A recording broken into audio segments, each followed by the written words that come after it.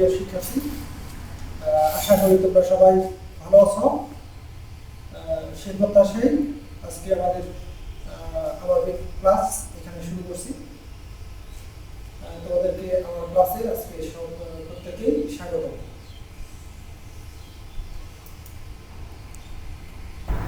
হ্যাঁ প্রিয় শিক্ষার্থী, তোমাদের সকলকে স্বাগত।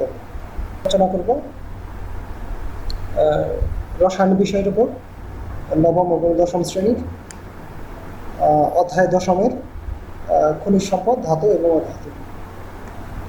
আমি আমার পূর্ববর্তী ভিডিওতে দশম অধ্যায়ের খনিজ সম্পদ, ধাতু এবং অধাতু অধ্যায়ের ধাতু নিষ্কাশনের যে 5টি ধাপ আছে, সেই 5টি ধাপ এর আলোকে আলোচনা করেছিলাম। আমরা সেই পূর্ববর্তী পাঠের সাথে সামঞ্জস্য রেখে আজকে আমার খনিজ সম্পদ, ধাতু এবং অধাতুর ধাতু নিষ্কাশন যে 5টি ধাপ আছে, এই 5টি ধাপের আলোকে আমরা আয়রন নিষ্কাশন, ধাতু নিষ্কাশনের যে এর 5টি ধাপের আলোকে যে কোনো একটি ধাতু নিষ্কাশন প্রক্রিয়া সম্পর্কে আলোচনা করব। আজকে আমরা চলো যে কোনো একটি ধাতু নিষ্কাশন কীভাবে করা যায় সেই বিষয় সম্পর্কে আলোচনা করি। তোমরা স্ক্রিনের ভিতরে একটি ছবি লক্ষ্য করো, যেটাকে আমরা এই চিহ্নিত একটি ছবি দিয়ে আমরা ইন্ডিকেট করেছি। তোমার চিহ্নিত আরেকটি ছবি লক্ষ্য করো তোমরা স্ক্রিনে। একটি কাঠামো দেওয়া আছে, সাধারণত কিসের কাঠামো দেওয়া আছে তোমরা এটা অনুমান করার চেষ্টা করো, অথবা নিজেদেরকে প্রশ্ন করতে পারো। আরেকটি ছবি স্ক্রিনে দেখা যাচ্ছে, যেটাকে আমরা চিহ্নিত আরেকটি ছবি দেখাইছি। এই ছবির যে তৈরি করা, এখানে যে সকল উপকরণ দিয়ে সাধারণত এগুলো তৈরি করা হয়েছে, এই উপকরণগুলো সাধারণত কী দিয়ে তৈরি করা হয়েছে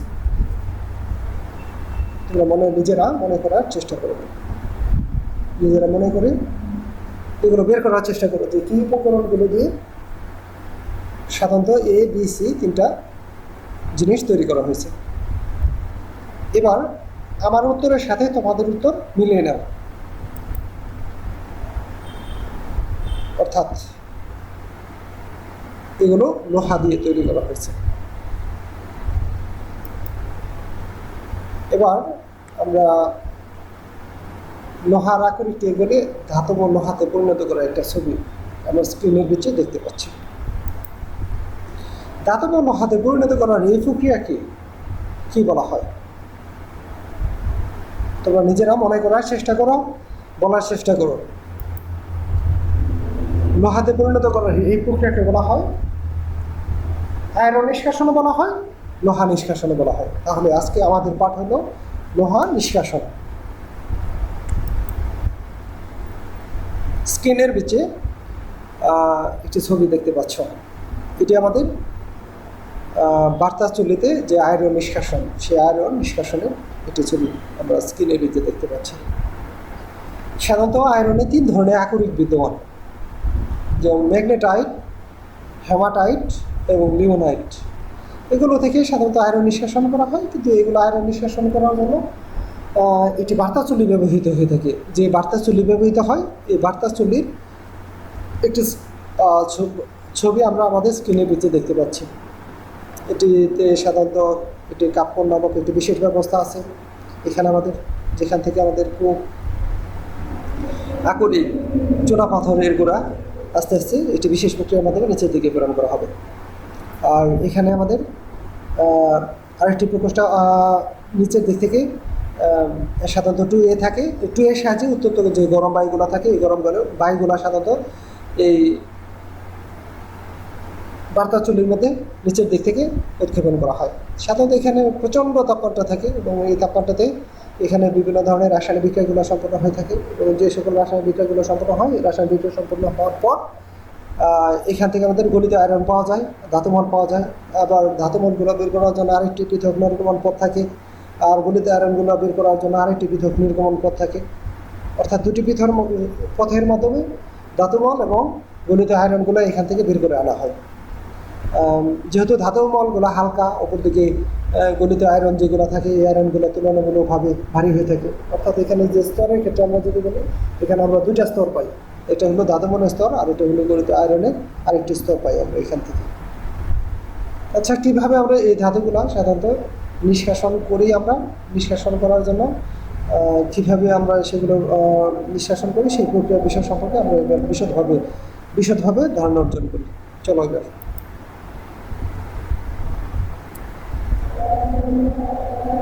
লোহা নিষ্কাশন বা কাস্ট আয়রন প্রস্তুতি। আয়রন নিষ্কাশনের জন্য ধাতু নিষ্কাশন যে পাঁচটি ধাপ অনুসরণ করা হয় সেই পাঁচটি ধাপই এখানে এইটার ক্ষেত্রে অনুসরণ করা হয়ে থাকে। ধাতু নিষ্কাশনের সাধারণত দুইটি পদ্ধতি আছে, এটি হলো কার্বন বিজারণ পদ্ধতি আর এটা হলো তড়িৎ বিশ্লেষণ পদ্ধতি। এখানে সাধারণত আমাদের এখানে কার্বন বিজারণ পদ্ধতি ব্যবহৃত হয়ে থাকে, কারণ তড়িৎ বিশ্লেষণ পদ্ধতি একটি ব্যয়বহুল প্রক্রিয়া, যে কারণে যেহেতু এটাকে কার্বন বিজারণ পদ্ধতির সাহায্যে নিষ্কাশন করা যায়, তাই বিধায় এটিকে সাধারণত এই কার্বন বিজারণ পদ্ধতির সাহায্যে নিষ্কাশন করা হয়ে থাকে। এখানে উচ্চ তাপে যে খনিজ আকরিকগুলো থাকে বা খনিজগুলো থাকে সেগুলোকে কার্বন এবং কার্বন মনোক্সাইড দ্বারা বিজারিত করে এখানে আমাদের ধাতুগুলো হাতে পরিণত করা হয়। আর ধাতু নিষ্কাশনের জন্য নিষ্কাশন নিম্নলিখিতভাবে সম্পন্ন করা হয়ে থাকে, যে কয়েকটি ভাবে এখানে ধাতু নিষ্কাশন করা হয়ে থাকে। আমরা সেই ধাতু নিষ্কাশন করার জন্য ধাপগুলোর উপর ভিত্তি করে আমরা এবার আয়রন নিষ্কাশনের দিকে চলে যাব। এবার এখানে আমাদের প্রথমে যে আকরিকগুলো থাকবে এই আকরিকগুলোকে কেটে ছোট ছোট টুকরায় পরিণত করা হয়ে থাকে। এরপর ছোট ছোট যে টুকরাগুলো থাকবে এই টুকরাগুলোকে পানির স্রোতে ধৌত করে এখানে কাদা, বালি এবং অন্যান্য যে অপদ্রব্যগুলো থাকে এই অপদ্রব্যগুলোকে এখান থেকে দূর করা হয়।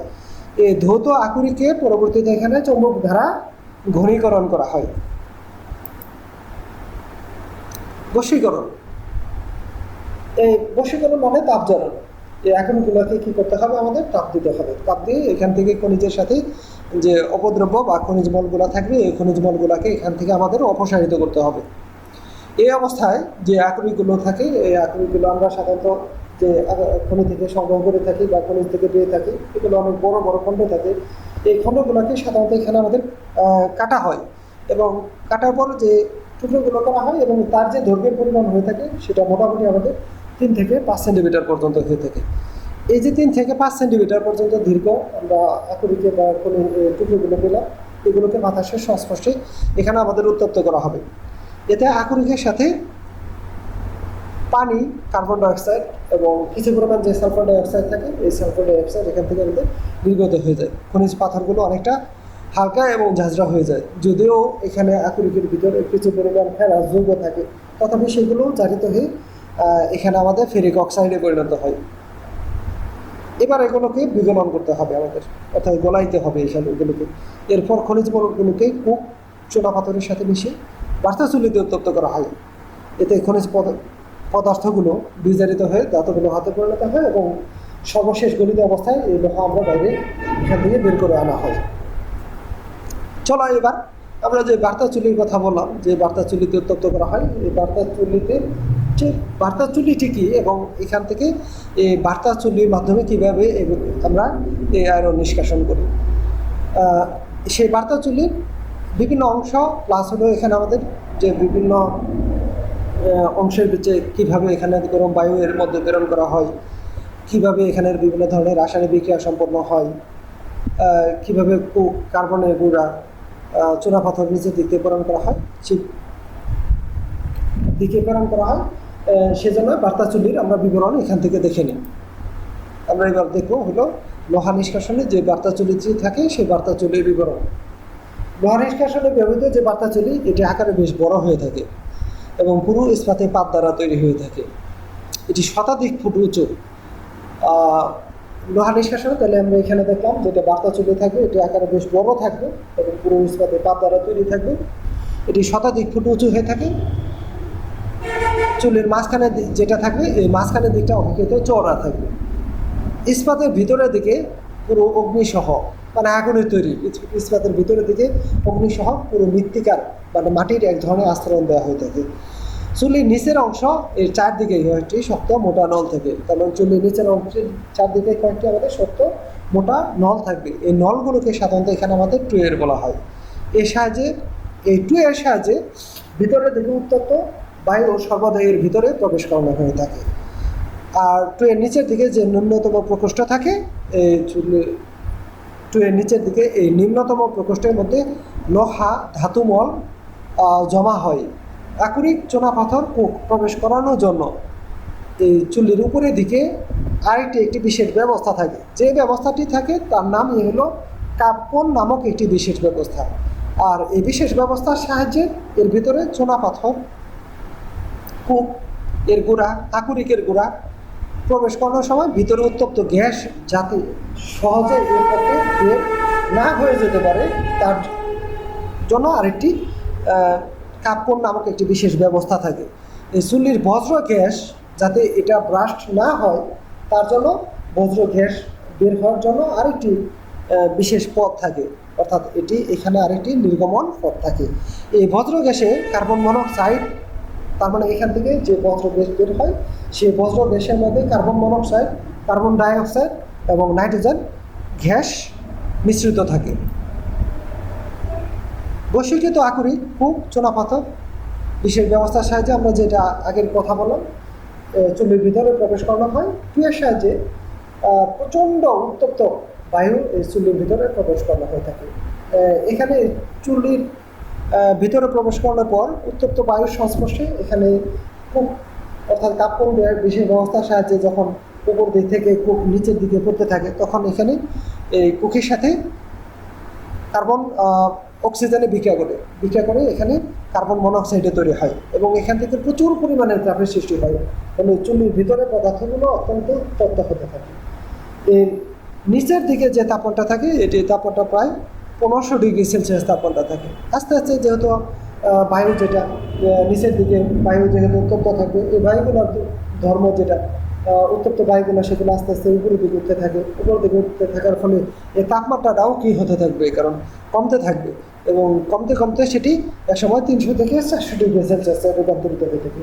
এসব স্থানে আয়রন অক্সাইডের সাথে এখানে আমাদের কার্বন মনোক্সাইডের বিক্রিয়া ঘটে এবং বিক্রিয়া ঘটার পর এখানে ধাতব লৌহ উৎপন্ন হয়ে থাকে। এখানে যে বার্তা চুল্লি আছে আমাদের, এই বার্তা চুল্লির স্টক কলাম অর্থাৎ উপরের দিকে যেটা 300 থেকে 400 ডিগ্রি সেলসিয়াসের কথা বলছিলাম আমরা, সেটাকে এখানে আমরা দেখলাম 450 থেকে 500 ডিগ্রি সেলসিয়াস তাপমাত্রা। এই 450 থেকে 500 ডিগ্রি সেলসিয়াস তাপমাত্রায় এখানে যে সকল রাসায়নিক বিক্রিয়াগুলো সম্পন্ন হয়ে থাকে।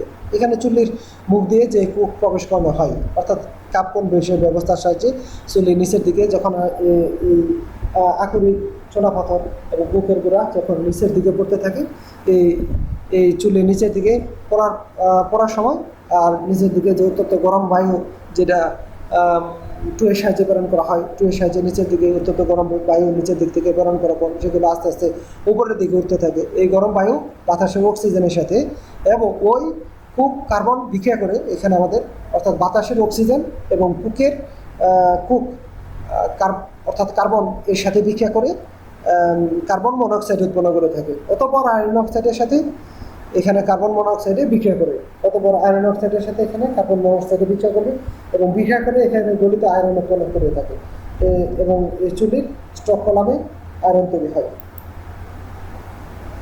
অর্থাৎ চুল্লির উপরের অংশ যে সকল রাসায়নিক বিক্রিয়াগুলো সম্পন্ন হয় এখানে আমরা সেই সকল বিক্রিয়াগুলো এবার দেখে নিই আমরা কী কী বিক্রিয়াগুলো সম্পন্ন হয়।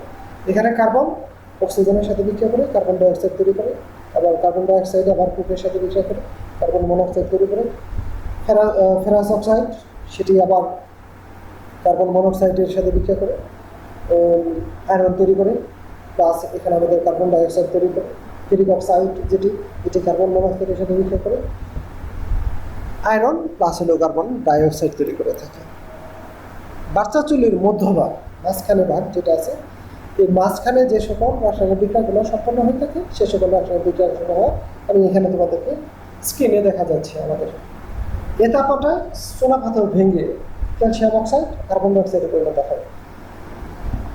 এই ক্যালসিয়াম অক্সাইড আবার এখানে আয়রন অক্সাইডের মধ্যে থাকা যে সিলিকা থাকে এই সিলিকার সাথে বিক্রিয়া করে এবং সিলিকার সাথে বিক্রিয়া করে ক্যালসিয়াম সিলিকেট ও ধাতব গঠন করে থাকে। অর্থাৎ এখানে ক্যালসিয়াম কার্বনেট তাপে বিয়োজিত হয়ে ক্যালসিয়াম অক্সাইড এবং কার্বন ডাই অক্সাইডে তৈরি করে থাকে। ক্যালসিয়াম অক্সাইড সিলিকার সাথে বিক্রিয়া করে ক্যালসিয়াম সিলিকেট হিসেবে এখান থেকে আমাদের ক্যালসিয়াম সিলিকেট গঠন করে থাকে। বার্তা চুল্লির মধ্যে নিম্নতম যে প্রকোষ্ঠ থাকে, এই নিম্নতম প্রকোষ্ঠের মধ্যে 1500 ডিগ্রি সেলসিয়াস তাপমাত্রা থাকে। অর্থাৎ এখানে 1500 ডিগ্রি সেলসিয়াস তাপমাত্রায় যে সকল রাসায়নিক বিক্রিয়াগুলো সম্পন্ন হয়ে থাকে, এই সকল রাসায়নিক বিক্রিয়াগুলো আমরা এখানে স্ক্রিনের মধ্যে দেখাচ্ছি। এই তাপমাত্রা আয়রনের আকৃতির মধ্যে সাধারণত আরও যে সকল অপদ্রব্য থাকে সেগুলোকে ধাতব আকারে সেখানে আমাদের অপসারিত হয়ে থাকে। ক্যালসিয়াম ফসফেট, এই ক্যালসিয়াম ফসফেট তাপে বিয়োজিত হয়ে ক্যালসিয়াম অক্সাইড গঠন করে, প্লাস হলো এখানে আমাদের ফসফরাস পেন্টাঅক্সাইড গঠন করে থাকে। এই ফসফরাস পেন্টাঅক্সাইড আবার কার্বনের সাথে বিক্রিয়া করে ফসফরাস তৈরি করে থাকে, কার্বন মনোক্সাইড তৈরি করে থাকে। ম্যাঙ্গানিজ অক্সাইড কার্বনের সাথে বিক্রিয়া করে ম্যাঙ্গানিজ প্লাস হলো কার্বন মনোক্সাইড তৈরি করে থাকে। ম্যাঙ্গানিজ ডাইঅক্সাইড কার্বন এর সাথে বিক্রিয়া করে ম্যাঙ্গানিজ প্লাস হলো এখান থেকে কার্বন মনোক্সাইড গঠন করে থাকে। সিলিকন কার্বনের সাথে বিক্রিয়া করে সিলিকা প্লাস হলো কার্বন মনোক্সাইড তৈরি করে থাকে। ক্যালসিয়াম অক্সাইড সিলিকার সাথে বিক্রিয়া করে ক্যালসিয়াম সিলিকেট গঠন করে থাকে। এখানে আমরা বার্তা চুল্লির যে বার্তা চুল্লি আমরা পূর্ববর্তী অংশের মধ্যে দেখেছিলাম, এরকম অনুরূপ আমরা একটা বার্তা চুল্লি এখানে প্রদর্শন স্ক্রিনের মধ্যে দেখাইছি। তবে স্ক্রিনের মধ্যে এই চিহ্নিত একটা তথ্য দেওয়া আছে, অর্থাৎ এই চিহ্নিত অংশের মধ্যে এটার মধ্যে এখানে কি নিয়ে আসা হচ্ছে, অর্থাৎ এই চিহ্নিত অংশের মধ্যে কী কী উপাদান দিতে পারে। বি চিহ্নিত স্ক্রিনের নিচে আরেকটি তথ্য দেওয়া আছে, বি ইন্ডিকেটর দেওয়া আছে। এখানে বি ইন্ডিকেটরের মধ্যে বি ইন্ডিকেটর দেখানো হয়েছে, অর্থাৎ চুল্লির এখানে কোন ভাগে নির্দেশন করছে। সি চিহ্নিত আরেকটি চিত্র তোমার এখানে দেখানো হয়েছে। এই অর্থাৎ এখানে একদম এই যে চুল্লি আছে আমাদের, এই চুল্লির একদম নিম্নতম যে প্রকোষ্ঠ, সেই প্রকোষ্ঠের মধ্যেই আমরা এখানে ইন্ডিকেট করা আছে। এখন এই ইন্ডিকেটর অংশগুলো নিয়ে তোমাদের কিছু কাজ করতে হবে। দেখো তাহলে তোমাদের সেই কাজগুলো একক কাজ। উপরে চিহ্নিত অংশগুলোর মধ্যে এই চিহ্নিত অংশে কি উপাদান বিদ্যমান, তার মানে আমাদের এখানে এই চিহ্নিত অংশ যেটা ছিল এই অংশের মধ্যে কি আছে সেটা তোমাদের এখানে লিখতে হবে। বিচিহ্নিত অংশের তাপমাত্রা কত এবং এই অংশে রাসায়নিক বিক্রিয়ার সমূহ কি, অর্থাৎ এটা চুল্লির যে তিনটা প্রকোষ্ঠের মধ্যে বিচিহ্নিত প্রকোষ্ঠ কোনটা, আর এখানে আমাদের যে রাসায়নিক বিক্রিয়াগুলো সম্পন্ন হয়ে থাকে এই রাসায়নিক বিক্রিয়াগুলো কী কী সম্পন্ন হয়ে থাকে, সি চিহ্নিত অংশে কী কী উপাদান পাওয়া যায় এবং এখানে আমাদের সংগৃহীত যে সকল রাসায়নিক বিক্রিয়াগুলো সম্পন্ন হয়ে থাকে সেই সকল রাসায়নিক বিক্রিয়াগুলো কী করা। আরও একক কাজ এখানে তোমার লোহার আকরিকগুলো এখানে আমাদের কী করতে হবে, তোমার নাম এবং সকল লিখতে হবে। কাপন বিশেষ ব্যবস্থার কাজ কি, এখানে 2 এর কাজ কি, আকরিকের বশীকরণ প্রক্রিয়াগুলো নাম লিখতে হবে। এখানে আমাদের তোমার আরও এক্সট্রা কাজ করবো। এখানে আমাদের যে বাড়ি কাজ আছে আর নিষ্কাশনী যে বার্তা চুল্লির, এই বার্তা চুল্লির বিভিন্ন অংশের যে বিবরণ আছে তুমি সেই বার্তা চুল্লির বিভিন্ন অংশের বিবরণগুলো লিখে রাখবে তোমার খাতায়। আমাদের স্কুল যখন খোলা হবে, স্কুল খোলা হওয়ার পর তোমার যে নিষ্কাশন প্রক্রিয়াগুলো আছে আমাদের, এই যে যে বাড়ি কাজগুলো দেওয়া হলো আমাদের, এই বাড়ির কাজগুলো তোমরা সকল শিক্ষার্থী এগুলো আমাকে জমা দেবো এবং এগুলো আমরা দেখবো এবং দেখার পর এগুলো তোমাদের মূল্যায়ন করা হবে। তারপর দ্বিতীয় প্রশ্ন হলো যে আয়রন নিষ্কাশনে ব্যবহৃত যে বার্তা চুল্লি, এই বার্তা চুল্লির মধ্যে বিভিন্ন অংশের নিচে রাসায়নিক বিক্রিয়াগুলো সম্পন্ন হয়ে থাকে। এই রাসায়নিক বিক্রিয়াগুলো তোমরা এখানে তোমাদের খাতাতে লিপিবদ্ধ করবা এবং লিখবা। এবং এটা আমাদের সাধারণত আমরা আজকের যে পাঠটা আলোচনা করলাম এটা অনেক ইম্পর্টেন্ট। এটা সাধারণত আমাদের বিভিন্ন যে পরীক্ষাগুলো থাকে সেই পরীক্ষাগুলোতে সাধারণত এই নিষ্কাশন প্রক্রিয়াটা আমাদের অনেক সময়ই বিভিন্ন প্রতিযোগিতামূলক পরীক্ষার মধ্যে এসে থাকে। তোমরা এই আয়রন নিষ্কাশন ব্যবহৃত বার্তা চুল্লির মধ্যে সংগৃহীত রাসায়নিক বিক্রিয়া সমূহ লিখবে। লোহা নিষ্কাশনের আকৃতির ধৌতকরণ এবং ঘনীভবন প্রক্রিয়া আছে, সেই ঘনীভবন প্রক্রিয়া সম্পর্কে তোমরা তোমাদের খাতাতে লিপিবদ্ধ করবে।